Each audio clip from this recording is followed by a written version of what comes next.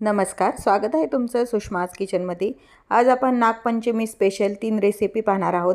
एक आहे ती आपण इडली रव्याची खांडवी बनवलेली आहे। जशी आपण तांदळाची खांडवी बनवतो त्याच पद्धतीनं ही खांडवी तयार केलेली आहे। पण ही जी खांडवी आहे ती करायला अगदी सोपी आहे।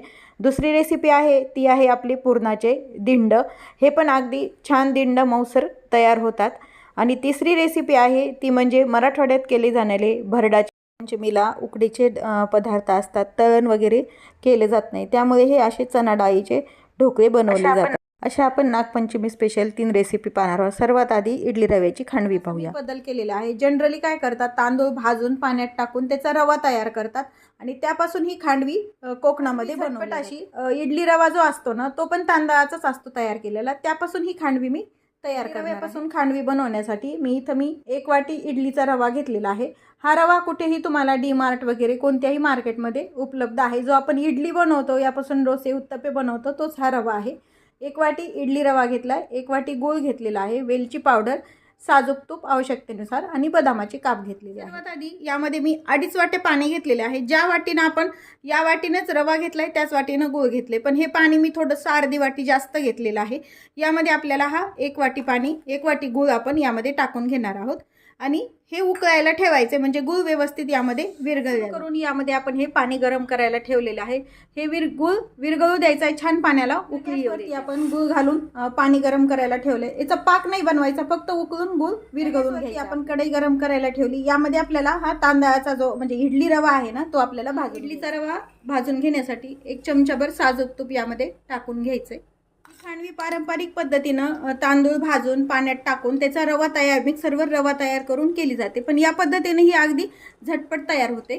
तूप मेल्ट झालंय, यामध्ये हा इडलीचा रवा आपण जसा आपला याचा नेहमी आपण शिरा बनवतो तसा भाजतो ना रवा, तसाच हा छान लालसर रंगावरती हा इडलीचा रवा आपल्याला भाजून घ्यायचा विरघळलेला आहे। मीडियम गॅसवरतीच हा इडली रवा भाजायचा आहे आपल्याला, फार मोठ्या हाय हीटवरती पण नाही भाजायचं, नाही तर करपले जातो। मीडियम गॅसवरती भाजल्यामुळे छान मध्यपर्यंत अगदी छान भाजले जातो। हा इडलीचा रवा छान भाजला गेलेला आहे, पाहू शकता तुम्ही कलर बदलला आहे, छान गुलाबीसर कलर आला आहे व्यवस्थित त्याला भाजून। रवा छान भाजून झालाय, यामध्ये आपण हे जे गुळाचं पाणी तयार केलेलं आहे ना ते गाळून टाकून घ्यायचं। यामध्ये सावकाश टाकायचं एकदम। ऑर्गेनिक गुळ वापरलाय त्यामुळे थोडासा काळसरपणा येतो चॉकलेटी कलरवरती। तुम्ही जर पिवळा गुळ वापरला तर पिवळसरपणा पण छान येतो खांडवीला। आता यावरती झाकण टाकून छान शिजून घ्यायचे। हे आपण झाकण काढूया। मधून मधून मी याला 2 ते 3 वेळेला झाकण काढून मिक्स केलेलं आहे मिश्रणाला। पाहू शकता तुम्ही व्यवस्थित असं घट्ट मिश्रण तयार झालेलं आहे। तुम्ही शिरा म्हणून पण खाऊ शकता, अगदी छान शिरा लागतो हा सुद्धा। आता आपल्याला वेलची पावडर टाकून घ्यायची आहे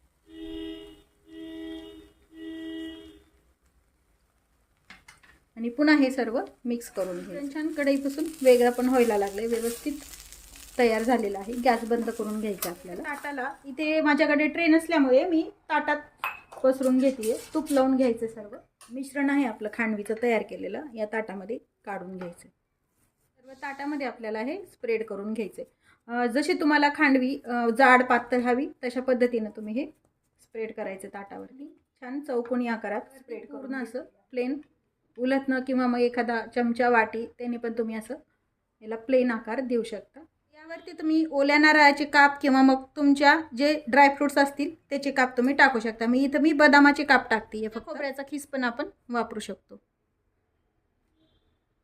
हे थोडंसं दाबून घ्यायचं, थंड करून घ्यायचं आणि मग याला आपल्याला खांडवीचा जसा आकार असतो तसा आपण याला आकार झालाय, याला आपण कट करून घेऊया। चौकोनी किंवा मग ट्रायंगल मध्ये तुम्हाला हवंय तशा शेप मध्ये तुम्ही ही खांडवी कट करू शकता। काप देऊन घ्यायचे। तुम्हाला काढून दाखवते, अगदी छान खांडवी तयार होते ही, पाहू शकता तुम्ही।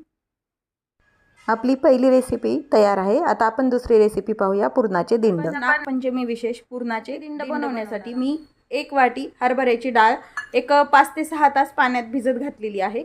व्यवस्थित डाळ अशी भिजल्या गेली पाहिजे, म्हणजे पुरण छान शिजतं। व यामध्येच ह्याच वाटीनं 2 वाट्या आपल्याला पाणी टाकून घ्यायचंय। पहिलं पाणी आपल्याला काढून टाकायचं नाहीये, ते पाणी 1 वाटी राहिलेलं आहे ते आपलं, वरतून अजून 1 वाटी पाणी टाकतोय आपण। 1 वाटी डाळ असेल तर 2 वाट्या पाणी टाकायचं। पुरण हळद टाकून घ्यायची, म्हणजे पुरणाला कलर छान येतो। आपण गॅस सुरू करून कुकर ठेवलेला आहे गॅसवरती.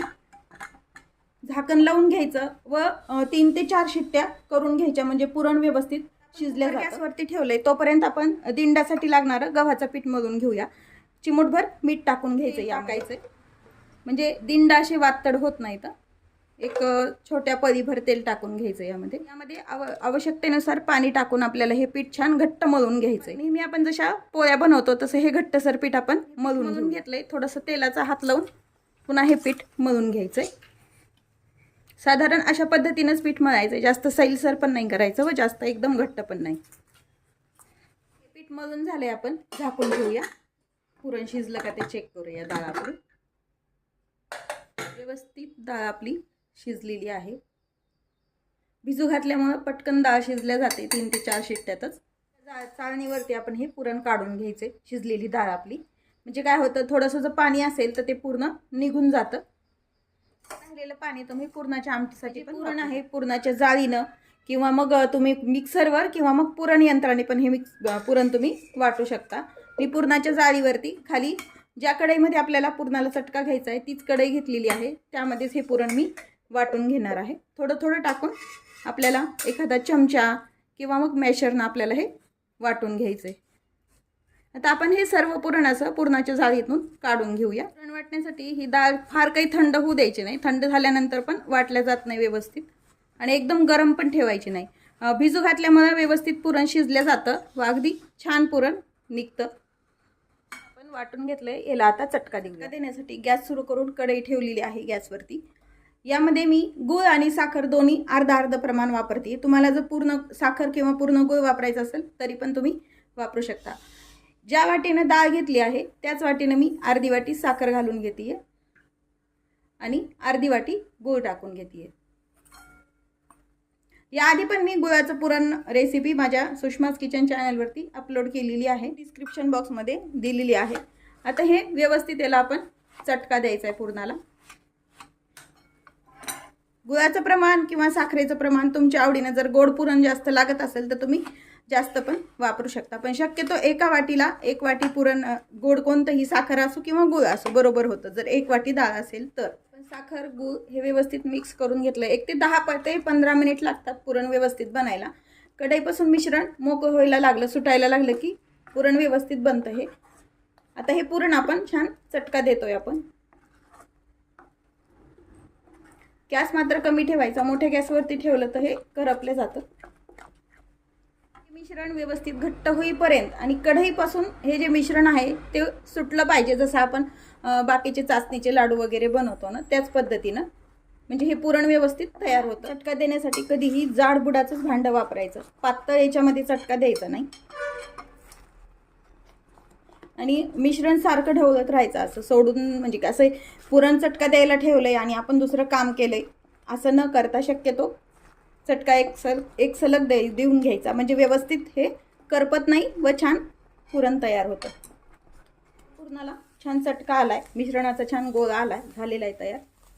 अजून एक ट्रिक आहे. पुरणाला व्यवस्थित चटका आला का नाही अजून एक ट्रिक किंवा टिप्स आहे.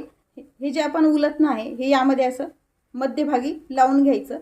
पुरणाला जर व्यवस्थित चटका आलेला असेल तर हे उलटणं अशाला असं उभं राहतं. जर चटका आलेला नसेल तर हे उलटणं हलल्या जातं किंवा पडतं बाजूला. आता हे पुरण आपल्याला छान तयार झाले. गॅस बंद करून घ्यायचा. गॅस बंद करून घेतल्यानंतरच वेलची आणि जायफळ पावडर एकत्र करून टाकायची. पुरण गरम असतानाच शेवटीच टाकायची म्हणजे याचा वास छान राहतो. आणि हे पुन्हा एकदा पुरण व्यवस्थित मिक्स करून घ्यायचं.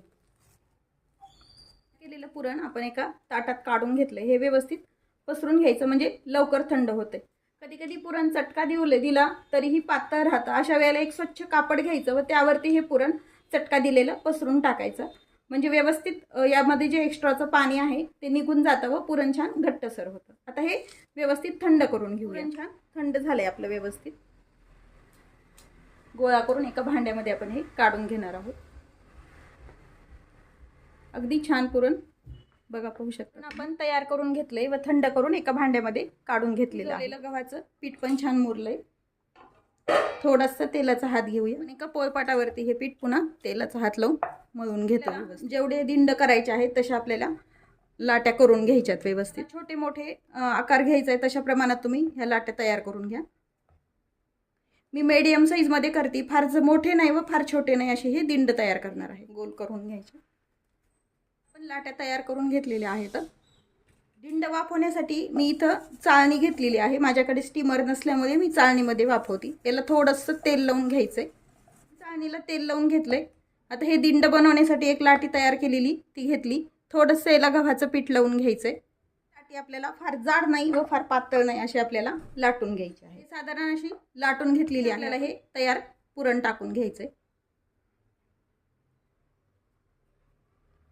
पुरण याला लावून घ्यायचे असं थापून। पुरण भरायला जशी तुमची लाटी असेल त्याप्रमाणे त्यामध्ये पुरण ठेवून घ्यायचंय। पण यावरती पुरण ठेवून घेतलंय। इकडला भाग इथे ठेवून घ्यायचा आहे सर्वात आधी। दुसरा भाग त्यावरती आपल्याला हा लावून घ्यायचा आहे आणि इथे आपल्याला हे दाबून घ्यायचं आहे। आणि हे जे दोन्ही साईडचे भाग आहेत ते यावरती आपल्याला असे लावून घ्यायचेत। दिंड काही जण कानवल्यासारखे पण बनवतात, पण माझ्या घरची पद्धत मी तुम्हाला दाखवते। अशाच पद्धतीने मी बनवते। आता हे तयार केलेलं दिंड यामध्ये तेल लावलेल्या चाळणीत आपण ठेवून घ्यायचंय आणि याला थोडंसं तेल लावून घ्यायचंय, म्हणजे जरी याच्यावरती दुसरं दिंड आपलं ठेवलं गेलं तरी ते चिटकले जात नाही। आता आपण असेच सर्व दिंड तयार करून घेतलेत। यामध्ये 5 दिंड मोठे बसत नसल्यामुळे मी एक छोटंसं दिंड केलेलं आहे। दिंड वाफवताना जे आपण जॉईंट केलेला भाग असतो तो खालच्या साईडनं जाऊ द्यायचा आहे। दिंड वाफवण्यासाठी इथे मी आधीच पाणी गरम करायला ठेवले। ही चाळणी यावरती ठेवून घ्यायची। तुमच्याकडे जर स्टीमर असेल तर त्यामध्ये पण तुम्ही वाफवू शकता। यावरती झाकण टाकून घ्यायचं। 1 ते 15 ते 20 मिनिटात मीडियम हीटवरती हे दिंड आपल्याला वाफवून घ्यायचं। आपण हे दिंड वाफायला ठेवलेला यावरचं आपण झाकण काढून घेऊया। व्यवस्थित वाफ आली, त्याचा कलर थोडासा चेंज होतो वाफ आल्यानंतर पाहिजे तशी। बंद करून घ्यायचा आहे। दिंड थोडेसे चाळणीमध्ये थंड करून घ्यायचे आणि मग प्लेटमध्ये काढायचे। झालेले आहेत बऱ्यापैकी आपले दिंड। यासोबत तुम्ही साजूक तूप किंवा मग दूध पण खाता येतं। मला भजे वगैरे तळल्या जात नाही, त्यामुळे हे असे भरडाचे वडे किंवा मग माझ्या माहेरी याला ढोकळे म्हणतात वाफवलेले, ते आपण बनवणार आहोत। चणा डाळीचे ढोकळे बनवण्यासाठी ही जी डाळ आहे मिक्सरच्या पॉटमध्ये घ्यायची आहे। याचं जाडसर असं आपल्याला भरडा काढून घ्यायचा आहे। गिरणीवरती पण हा भरडा तयार करून मिळतो। ही रेसिपी माझ्या मते म्हणजे माझ्या माहेर आणि सासर दोन्ही मराठवाड्यातला आहे, तिकडेही बनवले जाते नागपंचमीला खास। वरती जाडसर काढून घेऊया। रवा अगदी रवा काढून भरडा आपण काढून घेतलाय। जो भरडा आहे तुम्ही पीठ पेरून बनवतो त्या भाज्याला पण तुम्ही वापरू शकता। ऍड करूया चवीपुरतं मीठ आवश्यकतेनुसार। हळद टाकून घ्यायची। थोडा मी वापरतो त्यापेक्षा जास्त वापरायचा। अर्धा हातावरती असा क्रश करून यामध्ये टाकून घ्यायचं। होण्यासाठी यामध्ये 1 चमचाभर गरम तेलाचं मोहन टाकून घ्यायचंय। बारीक चिरलेली कोथिंबीर टाकून घ्यायची। सर्व कोरडे जिन्नस आधी थोडेसे हाताने मिक्स करून थोडं पाणी टाकून घट्टसर असा गोळायचा मळून घ्यायचा आपल्याला। तुमच्याकडे ही रेसिपी केली जाती का नाही ते कमेंट करून नक्की सांगा। आमच्याकडे 100% नागपंचमीला ही रेसिपी केल्याच जाते आणि छान पण लागते। तुम्ही नेहमी सुद्धा एरवी पण ही वडे आपण छान करून खाऊ शकतो। काही जण याला वडे म्हणतात, काही जण याला भरडाचे ढोकळे म्हणतात। साधारण आधी सुरुवातीला हे सैलसरच भिजवायचं, कारण यामध्ये डाळीचा भरडा असल्यामुळे हे नंतर छान घट्ट होतं। भरडा यामध्ये फुलल्या जातं। एक 15 ते 20 मिनिट हे पीठ वेळ असेल तर भिजून मुरू द्यायचं आहे आपल्याला। यामध्ये थोडेसे असे होल करून घेऊया आपण आणि यामध्ये किंचितसं असं पाणी टाकून घ्यायचं आहे, म्हणजे हा भरडा व्यवस्थित छान आतपर्यंत भिजल्या जातो। झाकण टाकून एक 15 ते 20 मिनिट हे छान भिजू द्यायचं आहे, म्हणजे भरडा छान भिजल्या झाले। हे पीठ छान मुरलंय का ते चेक करूया। मऊ झालाय हा भरडा याच्यातला व्यवस्थित। आता हे पुन्हा एकदा आपण छान मळून घेऊया। या इतपतच सैलसर मळायचं। जास्त गच्च जर मळलं तुम्ही घट्ट तर वडे हे निब्बर होतात। ते ढोकळे जे आपण बनवणार आहोत ते। थोडासा तेलाचा हात घेऊया। ढोकळे बनवण्यासाठी छान पीठ मळून झाल्यासाठी मी एका चाळणीला तेल लावून घेतले। तेल हाताला लावायचे। याचे आपल्याला ढोकळे बनवून घ्यायचे। माझ्या माहेरी आणि सासरी जसे बनवले जातात तसेच मी हे बनवते। तुमच्याकडे काय पद्धत आहे ते पण तुम्ही कमेंट करून नक्की सांगा। आता हे असे ढोकळे बनवून घ्यायचेत आपल्याला। अगदी छान तयार होतात हे व लागतात पण टेस्टला छान। हे ढोकळे तुम्ही असं आपण आता नागपंचमीला बनवतोय, तुम्हाला एरवी जरी खायचं असलं तरी पण हे ढोकळे बनवून तुम्ही खाऊ शकता. अगदी तेलकट खाण्यापेक्षा अशा प्रकारे आपण हे बनवून भातासोबत भातात मिक्स करून पण हे छान लागतात. आता हे सर्व ढोकळे आपण असेच बनवून घ्यायचेत. फार जाड नाही व फार पातळ नाही असे हे बनवून घ्यायचे. तर ते आपण करून घेतलेले आहेत आणि चाळणीमध्ये ठेवलेले आहेत. हे मी वाफेवरती करते. तुम्हाला जर हे कुकरला जरी वाफवायचे असले तरी तुम्ही कुकरच्या डब्यामध्ये ठेवून 1 ते 2 शिट्ट्या घेऊन पण हे झटपट तयार होतात. हे जे ढोकळे आहेत ते आपल्याला वाफवण्यासाठी मी आधीच पाणी गरम करायला ठेवलेलं आहे. पाणी व्यवस्थित गरम झालंय, ही चाळणी यामध्ये ठेवून घ्यायची. कुकरपेक्षा म्हणजे माझी आवड तर असे वाफवलेले ढोकळे छान ठेवायचे आणि मीडियम हीटवरती 15 ते 20 मिनिट हे व्यवस्थित वाफवून घ्यायचे. ढोकळ्यावरचं झाकण काढून पाहायचे. आपले व्यवस्थित वाफ आली, याला पाहू शकता तुम्ही. कलर पण बदलतो आणि थोडेसे कडक होतात. असे अगदी छान तुकडा पडले की हे व्यवस्थित वाफवले गेलेले आहेत आपले. आता हे काढून घेऊया आपण. एका ढोकळे आपण तयार करून घेतलेले आहेत. व्यवस्थित वाफवल्या गेल्यानंतर अशा कडकपणा येतो ह्या ढोकळ्यांमध्ये, नाहीतर असे मऊ मऊच राहतात थोडेसे व्यवस्थित नाही वाफवल्या गेले तर. आता हे छान वाफून झालेले आहेत, हे मोकळे करून घेऊया. हे जे ढोकळे आपण वाफून घेतलेले आहेत याला छान तडका तयार करून घ्यायचा. एक असे पण तुम्ही खाऊ शकता, पण या पद्धतीनं तडका तयार करून घेतला तर अजून छान टेस्ट लागते. मी रस्सा भाजी नसताना रस्सा भाजी पण छान होते, तयार करता येते. पुढील व्हिडिओमध्ये मी नक्की याची भाजी कशी करायची ते तुम्हाला मी चॅनलला सबस्क्राईब करा व बेल नोटिफिकेशन पण ऑलवर प्रेस करा, म्हणजे माझ्या प्रत्येक नवीन रेसिपीचं नोटिफिकेशन तुम्हाला तयार करण्यासाठी पॅन गरम करायला ठेवलेला आहे. तेल टाकून घ्यायचं. तेल थोडंसं जास्तीचं टाका. झाल्यानंतर मोहरी टाकून घ्यायची. मोहरी पण बाकी आपण ज्या भाज्याला वापरतो त्यापेक्षा थोडंसं याला मोहरी जिऱ्याचं प्रमाण जास्त वापरायचं, म्हणजे टेस्ट छान येते ह्या ढोकळ्याला. मोहरी तडतडत आली, जिरे टाकून घ्यायचे. त्यात पण थोडी कोथिंबीर टाकून घ्यायची, म्हणजे वास छान लागतो. असा हिंग आपण यामध्ये पण घालून घेणार आहोत. अर्धा चमचा हळद टाकून घ्यायची आहे आपल्याला तडक्यामध्येच, आणि थोडंसं लाल तिखट पण अर्धा चमचा टाकून घ्यायचं आहे. तर तडका आपला तयार केला आहे. तयार केलेले सर्व ढोकळे या तडक्यामध्ये आपल्याला ठेवून घ्यायचे. तर सर्व हे जे तडका केला आहे तो ह्या ढोकळ्याला लावून घ्यायचा. व्यवस्थित हे परतून घ्यायचं यामध्ये. जर तुम्हाला खरपूस अगदी हवे असतील तर यामध्ये थोडेसे 10 ते 15 मिनिट तुम्ही असेच दोन्ही साईडनं जसे आपण कटलेट बनवतो तसे हे बनवून घ्यायचे. तर एका साईडनं थोडेसे छान असे खरपूस करून घ्यायचे आणि मग दुसरी साईड पण आपण याला छान भाजून घ्यायची. खरपूस झाल्यानंतर याला आपण पलटून घ्यायचे आणि दुसरी साईड पण आपल्याला अशी वाफून घ्यायची. हे पलटून घेतोय म्हणजे दुसऱ्या साईडनं पण छान असे खरपूस होतील हे ढोकळे. साईडनं छान आपण हे भाजून घेतले. एक 10 ते 15 मिनिट करून घेतलाय. थोडीशी बारीक चिरलेली कोथिंबीर वरतून टाकून. हे ऑप्शनल आहे, खोबऱ्याचा खीस नाही टाकला तरी चालतं. हे ओल्या खोबऱ्याचा खीस आहे. आणि पुन्हा हे मिक्स करूया आपण. तिन्ही रेसिपी तयार आहेत आपल्या. ढोकळे, दिंड आणि खांडवी. रेसिपीला लाईक करा, चॅनलला सबस्क्राईब करा, तसेच बेल नोटिफिकेशन पण ऑलवर प्रेस करा.